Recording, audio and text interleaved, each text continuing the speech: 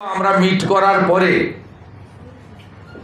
তারা শ্মশান কবরস্থানের রেজিস্টার, সমব্যথীর রেজিস্টার, আধারের সঙ্গে মিটিং করে 34 লক্ষ মৃত ভোটারের তালিকা। আমাদের দাবি ছিল সামাজিক প্রকল্প ভারত সরকার এবং রাজ্য সরকারের, অর্থাৎ এসসি পেনশন, এসটি পেনশন, নির্মাণ শ্রমিকদের পেনশন, কৃষক পেনশন,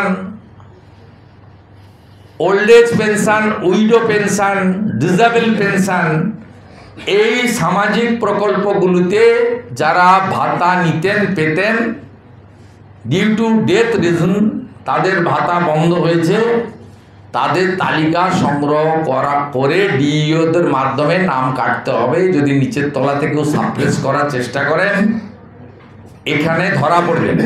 ইলেকশন কমিশন সেই অর্ডারও দিয়ে দিয়েছেন আমাদের দাবি হওয়ার পরে। তাহলে কি হলো?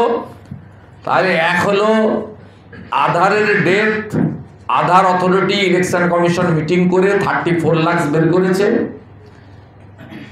দ্বিতীয় কি হলো, সমব্যথী যেটা ক্রিমেশন কস্ট এই সরকার দিতেন, যদি ওই সরকার এখন বন্ধ করে দিয়েছেন।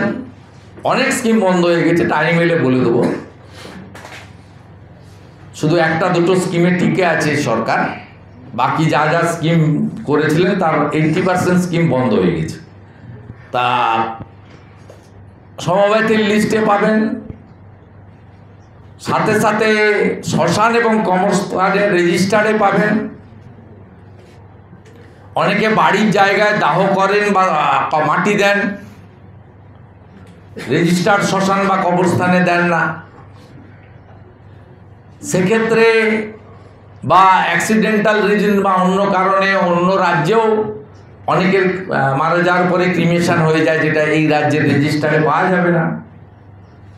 সেক্ষেত্রে আধার একটা বড় হাতিয়ার, যেটা অলরেডি ইলেকশন কমিশন করেছেন।